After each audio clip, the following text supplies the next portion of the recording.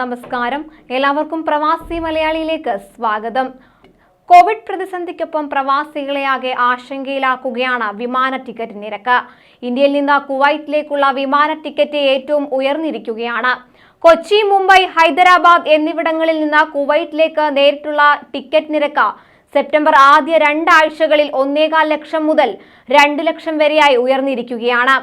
Covid പ്രതിസന്ധിയെ തുടർന്ന് മാസങ്ങൾക്ക് ശേഷം നേരിട്ടുള്ള വിമാന സർവീസിന് അനുമതി നൽകിയിട്ടുണ്ടെങ്കിലും ആഴ്ചയിലെ പരമാവധി യാത്രക്കാരുടെ എണ്ണത്തിന് പരിധി നിശ്ചയിച്ചിട്ടുണ്ട്. ആഴ്ചയിൽ 5528 സീറ്റാണ് കുവൈറ്റ് വ്യോമയാന വകുപ്പ് അനുവദിച്ചിട്ടുള്ളത്. ഇതിൽ പകുതി ഇന്ത്യൻ വിമാന കമ്പനികൾക്കും പകുതി കുവൈറ്റ് വിമാന കമ്പനികളായ കുവൈറ്റ് എയർവേസും ജസീറ എയർവേസും പങ്കിടുകയാണ്.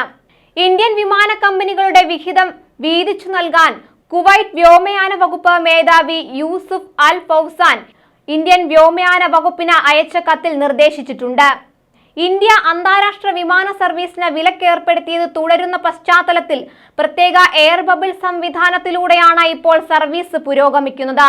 അതേസമയം നീണ്ട ഇടവേളയ്ക്ക് ശേഷം ഇന്ത്യയിൽ നിന്നും കുവൈറ്റിലേക്ക് നേരിട്ടുള്ള ആദ്യ വിമാന സർവീസ് 167 യാത്രക്കാരുമായി കുവൈറ്റിലെത്തിയിരുന്നു. കുവൈറ്റ് വെൽഫെയർ അസോസിയേഷനാണ് കൊച്ചിയിൽ നിന്നും വിമാനം ചാർട്ടർ ചെയ്തത്.